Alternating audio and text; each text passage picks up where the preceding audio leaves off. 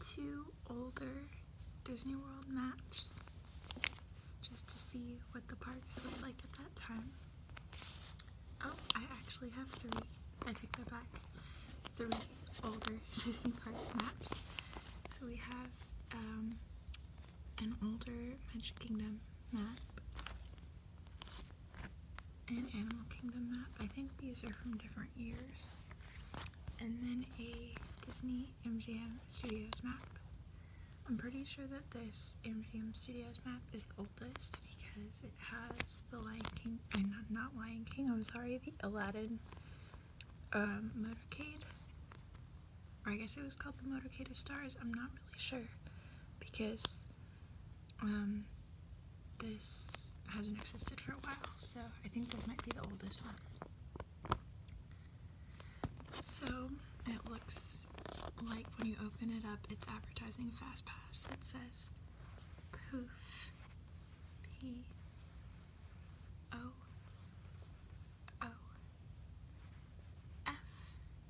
Poof, go the long lines, and it explains Disney's FastPass. Oh yeah, this is definitely an older map because it has Who Wants to Be a Millionaire Play It, and that did not exist at all.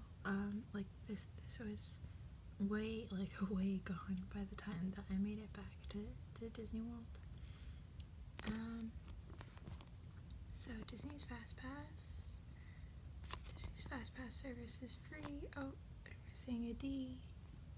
Sorry, English is my thing, so like typos and stuff always stick out to me. So Disney's FastPass service is free and easy to use and cuts the wait time on the most popular attractions. So they're explaining what you can use the paper FastPasses on. So this is probably early 2000s maybe, because I think the first time that I experienced FastPass at Disneyland was like Christmas/New Year's of 1999. I could be wrong, but I'm pretty sure it was 1999, so this is probably early 2000s.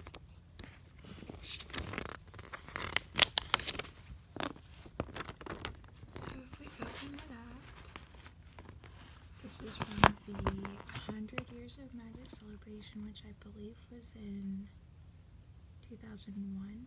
I think it was in 2001 because it was to celebrate 100 years of Walt. So it's a celebration as big and broad as Walt Disney's imagination. All four Walt Disney World theme parks are celebrating in their own special way with new parades, shows, attractions, and more. So it looks like Studios had a star-studded parade, which was probably what they showed on the front. I think it was called Motorcade of the Stars or something like that. So this isn't quite as old as I thought it would be, because when I saw the Aladdin, I was thinking of like the Aladdin parade from the 90s, but this must be the parade from the motorcade from the early 2000s. Okay, so let's take a look at the map itself.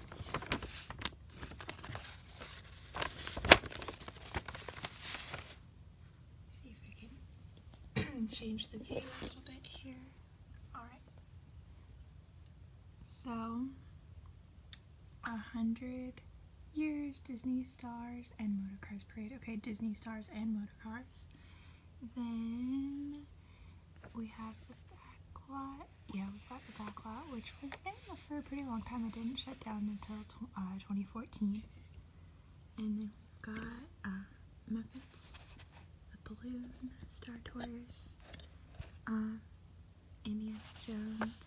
So this part of the park, with the exception of this area and the Streets of America, which is now Galaxy's Edge, but like this area here is largely unchanged. Echo Lake is largely unchanged. Commissary Lane, largely unchanged. Mickey Avenue. This Disney. Oh yeah, I guess it does kind of, because Toy Story Land would be back here, and then this was like Pixar Place. Well, not just like the in-credit zone, but and then the animation courtyard, which is now where Launch Bay is. And the hat is gone. I know some people had very strong opinions about the hat. I liked it at first, but I do agree that it blocks the Great Movie Ride, which was like what people wanted to see when they walked into the park. So I'm kind of mixed. I mean, I didn't hate it, but I didn't like love it. Like, I do like the view of studios now. And then we've got Tower and Fantasmic and Rock and Roller Coaster. So Sunset Boulevard is largely the same as well. And then 15 is still, Beauty and the Beast.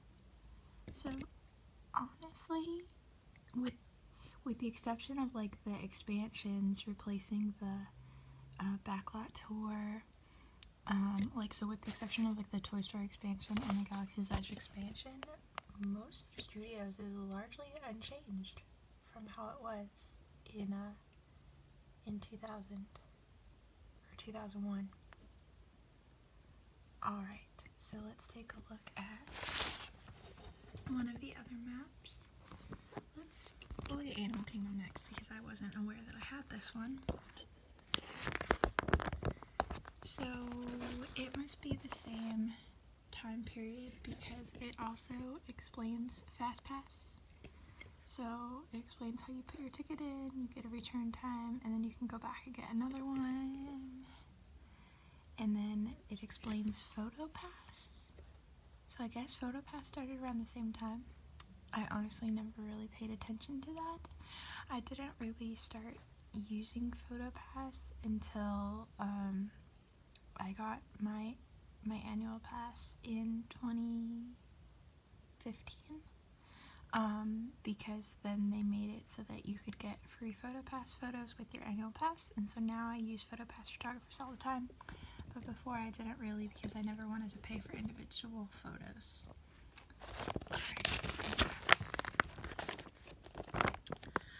Yeah, this has to be the early 2000s because it says My Pal Mickey. So this is really cool, and I'm sad that I wasn't able to experience it.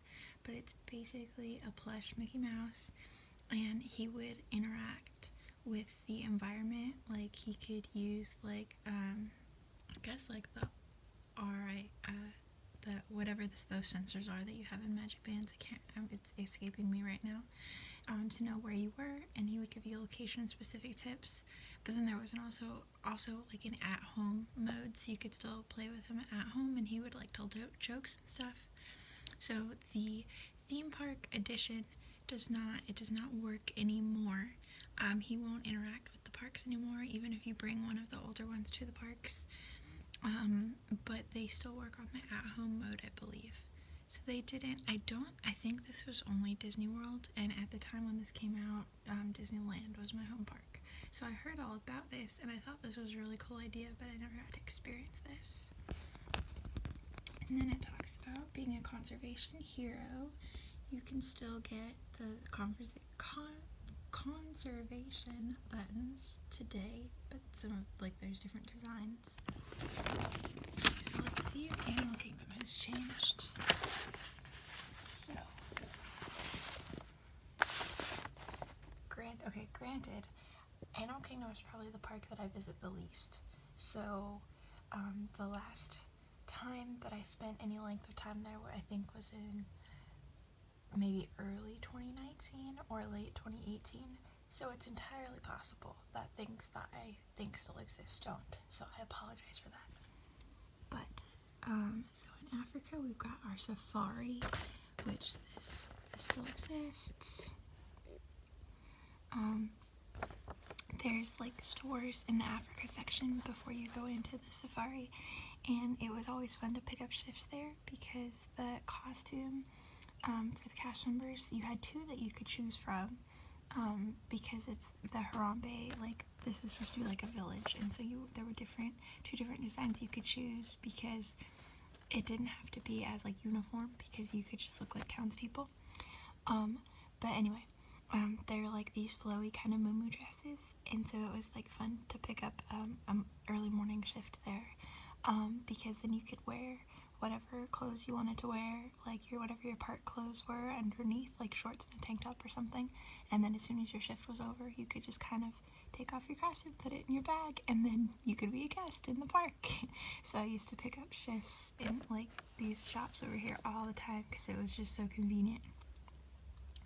So we got Discovery Island. So the one big change, this was back when it was Camp Minnie and Mickey, which that's a fairly recent change. Pandora has only been within the last few years. The Oasis. I also worked a lot at the Outfitters and the shops here. Dinoland. Dinoland is my favorite. I love Dinosaur. Which was it? I think it was still called, was it the Countdown to... No, it was called Dinosaur by then. I know it was Countdown to Extinction when it first opened, but I don't know exactly when the name was changed. And I think this guide map is probably from the early 2000s because it still talks about FastPass. But maybe not, because I'm sure that they talked about FastPass for a while just because you have guests that aren't familiar with it. Alright, so Dinoland, and then we got Asia. This was, it looks like this was before Everest. Yeah, this was before Everest, so this map is pre-2006. But that's the only kind of date marker, really, that I see. Other than the absence of Pandora and the absence of Everest, it doesn't look like too... Oh, there we go. Future side of Expedition Everest, yeah. So yeah, not a whole lot has changed. Rafiki's Planet Watch, I heard that this was going to be going away, but I think it's still there right now. Not entirely sure. Yeah, so Animal Kingdom, and let's take a look at the last map that we have today, which is Magic Kingdom. So, this is advertising Stitch's Great Escape. So I want to say this is probably also from the early 2000s. It has the same kind of like Fast Pass instructions and Photo Pass instructions. I want to say that they would have put instructions on how to do it in the maps for a long time though, because I'm sure that there definitely were guests that didn't know how to do it, and so that's like the easiest way to explain.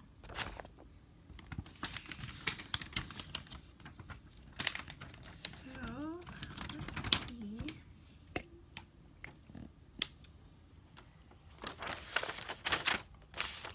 The one thing that looks like it might identify the time is when they show cast member name tags, they're showing the logo from the Happiest Celebration at Disneyland, like the 50th, which was 2005. So this map is probably from around that time period, if they're still going to show that version of cast member name tag. Alright, so we've got our ferryboat landing, and our entrance, Main Street, we've got Tomorrowland, let's see, oh, Mickey's Toontown Fair was there, so I never experienced Magic Kingdom with Mickey's Toontown Fair, but that's interesting. It's like back where, kind of like towards where New Fantasyland is today. And then got Fantasyland because this was of course prior to New Fantasyland, which opened in fall of 2012. Liberty Square, Frontierland, Adventureland. And then in Tomorrowland, does it say anything about Stitch's Great Escape being new? Yeah, Stitch's Great Escape being new. And I want to say that was a thing in the early 2000s. So this in combination with the 50th of Disneyland and the Mickey's Toontown Fair being there are the clues that date this, I guess. And then the Share a Dream Come True Parade, Wishes, although Wishes existed for quite a while. Alright, so that looks like that's the only thing different with that. So, I'm sorry about the our camera angles. In today's video, I was trying to find a way to show everything, and the maps were a lot bigger than anticipated. And I thought it would be easier to show more detail in them if I filmed them like this, as opposed to like me holding them and trying to show stuff that way. I feel like it focuses better here. You do see like the shadow of my phone, which I'm filming on, just because the light source is behind me. But I do feel like you get a clearer picture when I film, like especially when I'm trying to show small details when I film this way, as opposed to like having it focusing on me and like me showing the camera. And yeah, oh, some exciting news. I was able to get a hold of some Disneyland and California Adventure Park maps for a future video. I was supposed to go to Disneyland this summer, and obviously because of COVID, not only could I not travel, but Disneyland has not reopened. And before then, I hadn't been since 2015, and so I didn't, and I couldn't find my maps from 2015. But a friend of mine was able to send me some, so I can do a West Coast map video in the future. Alright, I hope that everyone is having a great day, and I will be back later with more Disney inspired ASMR content. Bye everyone.